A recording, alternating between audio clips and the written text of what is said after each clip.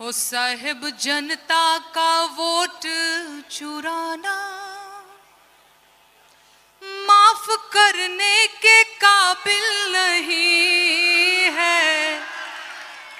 EVM का जो आया जमाना आज माने के काबिल नहीं है।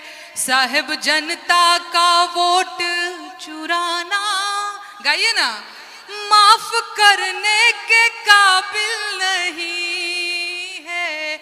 ईवीएम का जो आया जमाना गाइए गाइए माफ करने के काबिल नहीं है। कैसे माफ करने के काबिल नहीं है? हो मैंने बोला कि ईवीएम हटा लो, पहले मुस्काए फिर हंस के बोले। क्या बोले पता है? क्या बोले पता है? बताओ ना। अच्छा। हो पहले मैंने बोला कि ईवीएम हटा लो, पहले मुस्काए फिर हंस के बोले। हो मेरी गवर्नमेंट इसी से बनी है। हो मेरी आत्मा इसी में बसी है। मैं हटाने के काबिल नहीं हूँ। वाह वाह वाह वाह वाह। हो मेरी कुर्सी इसी पे टिकी है, डगमगाने के काबिल नहीं हूँ। साहिब जनता नेहा जी आपको रोक के एक ऐलान हमें करना है हमारी महफिल में। बड़ा खुशनसीब खूबसूरत इजाफा यह हुआ है कि एमएलए रईस शेख साहब हमारे बीच में तशरीफ लाए हैं और भिवंडी के शोएब गुड्डू साहब भिवंडी के अध्यक्ष शहर अध्यक्ष भी हमारे बीच में यहाँ तशरीफ रखते हैं। हम अपने दोनों मुअज़्ज़िज़ मेहमानान का इस्तकबाल कर रहे हैं और ये आखिरी चंद लाइनें बची है नेहा सिंह जी के गीत की, ये मुकम्मल हो जाए और हम बिल्कुल अपने जश्न के आखिरी हिस्से में हैं।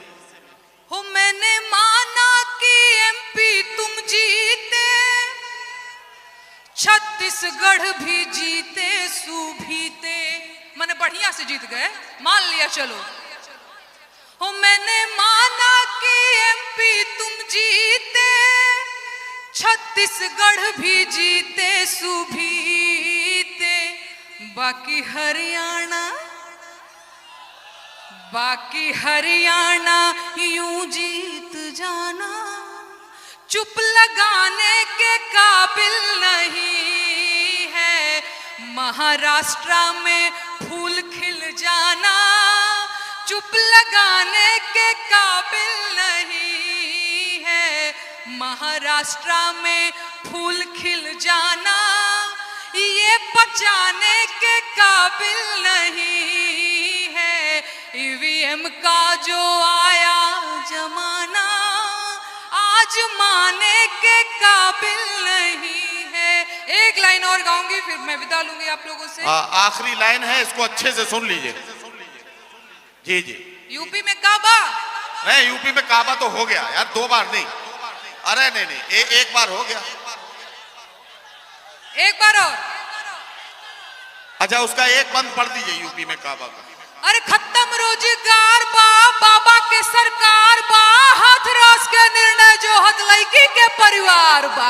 काबा यूपी में काबा और मंत्री के बेटवा बड़ी रंगदार बा, मंत्री के बेटवा बड़ी रंगदार बा। किसानन के छाती पे रौदत मोटर कार बा, ए चौकीदार बोला के जिम्मेदार बा। काबा यूपी में काबा, कोरोना से लाखन मर गईले, लाशन से गंगा भर गईले। याद है ना? कोरोना से लाखन मर गईले, लाशन से गंगा भर गईले, टिकठी कफन नोचत कुकुर बिलार बा। ए बाबा काबा यूपी में काबा, अरे रामराज के झांकी बा, काशी मथुरा बाकी बा, गोरखपुर में खून से रंगल गोदल पूरा खाकी बा। अरे काबा यूपी में काबा, जिंदगी झंड बा फिर भी घमंड। अरे टोला महला गावे जवारे, सोर चहुओर बा, अरे टोला महाला गावे जवारे, सोर चहुओर बा, अरे आई हो दादा चौकीदारवे चोर बा। टोला महाला गावे जवारे, सोर चहुओर बा, आई हो दादा चौकीदारवे चोर बा, आई हो दादा चौकीदारवे चोर बा। एक लाइन और, अरे पाकल दढ़िया वाला फकीरवा, अरे पाकल दढ़िया वाला फकीरवा, बनत इटे गोर बा, आई हो दादा चौकीदारवे चोर बा, आई हो दादा चौकीदारवे चोर बा। अरे मणिपुर जात नइखे करे जाके कठोर बा। आप लोगों को लगता है कि नहीं करे जाके कठोर हैं चौकीदार जी? अरे लगता है न हो, बुझाता ना। अब भोजपुरी कितना जना के बुझाता तनी हाथ खड़ा करके बताई। बहुत बढ़िया। अरे मणिपुर जात नइखे करे जाके कठोर बा, आई हो दादा चौकीदारवे चोर बा, आई हो दादा चौकीदारवे चोर बा। अरे इलेक्टोरल बॉन्ड घोटाला कैले घन घोर बा, अरे 10 साल में कैलस लोकतंत्र के कमजोर बा, आई हो दादा चौकीदारवे चोर बा, आई हो दादा चौकीदारवे चोर बा। बहुत धन्यवाद, बहुत मन से सुन रहे हैं आप लोग। एक और मैं आप लोगों को सुनाऊंगी, इसके बाद वक्त बहुत कम है। काबा भी मैं सुनाऊंगी, एक गीत और मैं सुनाती हूँ। ओ चाय वाले को हमने चुना चौकीदार, चंदा चोर हो गए देखते देखते। चाय वाले को हमने चुना चौकीदार, चंदा चोर हो गए देखते देखते। चंदा चोर हो गए महाराज, हम और आप ऐसे ही बैठे रह गए। हो हम झूठा हो गए, जुमलेबाज हो गए, धोखेबाज हो गए। बात सही है। चाय वाले को हमने चुना चौकीदार, चंदा चोर हो गए। नहीं गाएंगे तो मजा नहीं आएगा ऐसे। चंदा चोर हो गए। क्या तुम थकते नहीं फेंकते फेंकते? क्या तुम थकते नहीं फेंकते फेंकते? चाय वाले को हमने चुना चौकीदार, चंदा चोर हो गए। बढ़िया। एक लाइन और। एक फकीर को चोरी करने की जरूरत क्या है? कोई है जरूरत? नहीं है ना। एक फकीर को चोरी करने की जरूरत क्या है? अरे जिसका घर बार ना ठिकाना है। एक तपस्वी को झूठ बोलने की जरूरत क्या है?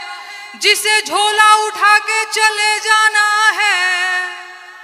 कल की चिंता करे बाल बच्चे वाले। हम और आप, हम लोग तो कल की चिंता भी करें कि थोड़ा धन संचय करके रखना है, बचा के रखना है, बचवा को पढ़ाना है, बचिया को पढ़ाना है। आज जिसका बाल बच्चा नहीं है वो काहे की चिंता करे भाई? लेकिन चिंता तो कर रहे हैं। कल की चिंता करे बाल बच्चे वाले, वो क्यों जो राम नाम का ही दीवाना है। एक लाइन और। बीफ कंपनियों से इसने चंदा लिया, याद है कि भूल गए? याद है ना?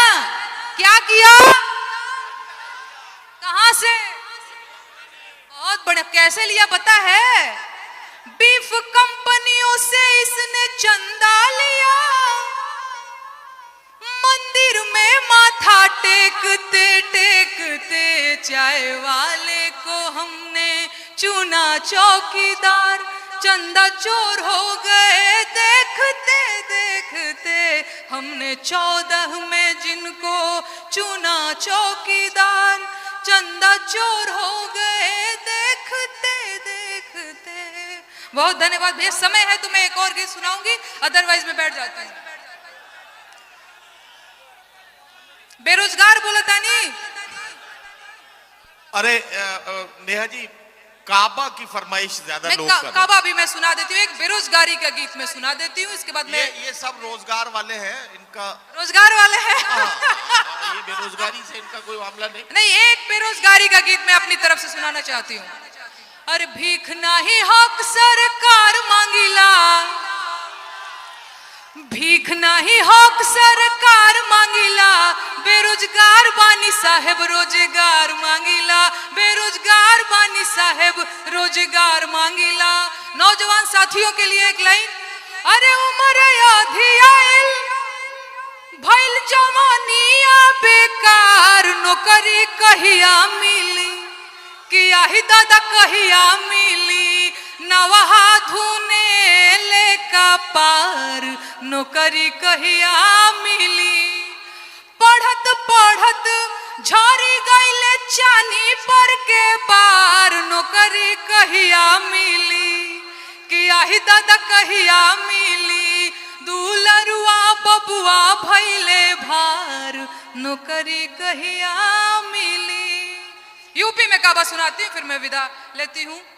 अरे खत्म रोजगार बा, बाबा के सरकार बा, हाथ रस के निर्णय जो हत लड़की के परिवार बा।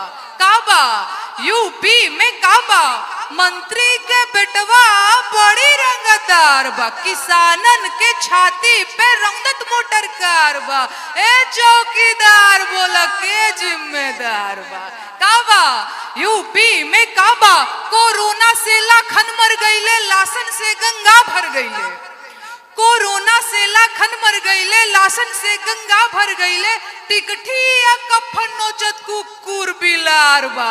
ए बाबा काबा यूपी में काबा, अरे राम राज के झांकी बा, काशी मथुरा बाकी बा, राम राज के झांकी बा, काशी मथुरा बाकी बा, गोरखपुर में खून से रंगल गोतल पूरा खाकी बा। अरे काबा यूपी में काबा, जिंदगी झंड बा फिर भी घमंड बा। बहुत धन्यवाद, बहुत धन्यवाद, शुक्रिया। नेहा सिंह राठौर का बहुत शुक्रिया।